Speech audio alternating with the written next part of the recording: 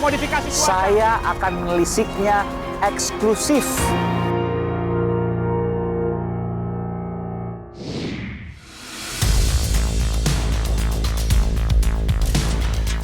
Penindakan pelanggaran lalu lintas secara bertahap akan mengedepankan mekanisme penegakan hukum berbasis elektronik atau biasa disebut dengan ETLE.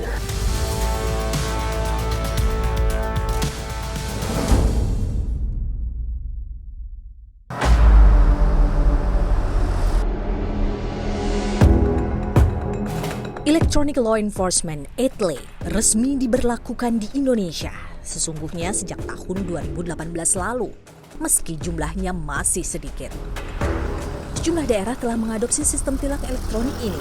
Di antaranya, DKI Jakarta telah mengoperasikan kamera tilang elektronik di 58 titik dan ditempatkan di jalan paling utama ibu kota. Kemudian Surabaya, Jawa Timur pun mengikuti jejak dengan memasang kamera tilang elektronik di 25 titik sejak tahun 2019. Hingga pada 2020 lalu, Yogyakarta mulai melaksanakan tilang elektronik di 4 titik jalan utama. Meskipun sejumlah kota telah memberlakukan sistem ETLE, namun belum semua sudut kota dipasangi kamera super canggih ini. Padahal, kamera ETLE super canggih terbukti bisa menurunkan jumlah pelanggaran lalu lintas yang banyak menjadi penyebab kecelakaan. Data kepolisian di tahun 2017 misalnya menyebutkan rata-rata 3 orang meninggal setiap jam. Sekali lagi, setiap jam akibat kecelakaan di jalan. Dalam kurun waktu 1 tahun, kurang lebih sekitar 200.000 kecelakaan lalu lintas terjadi. Mayoritasnya merupakan pengendara sepeda motor. Apa sebab kecelakaan terjadi? Dari hasil penelitian Polri, 61% alias mayoritas kecelakaan lalu lintas disebabkan oleh faktor kesalahan atau kelalaian manusia, yakni pengemudi tidak waspada, mengantuk, berkendara melebihi batas kecepatan, melanggar rambu lalu lintas, hingga berkendara dalam keadaan mabuk.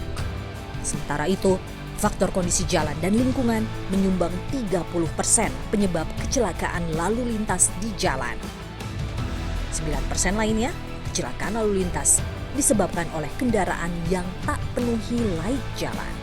Seringkali, kendaraan tidak dirawat secara berkala sehingga sistem pengereman bermasalah dan kecelakaan maut pun tidak terhindarkan.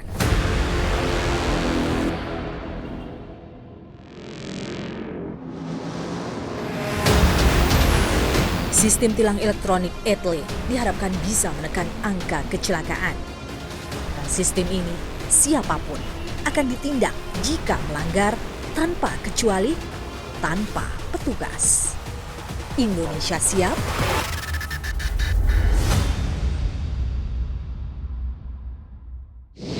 Saudara, perubahan budaya perlahan tapi pasti menghilangkan pertemuan antara pengemudi dan petugas, yang berarti menghilangkan pula potensi suap menyuap.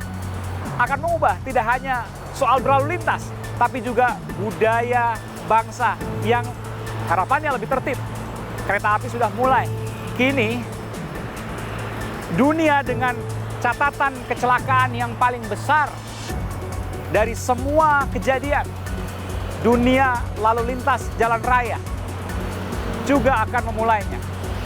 Akankah berjalan dengan tertib dan lancar?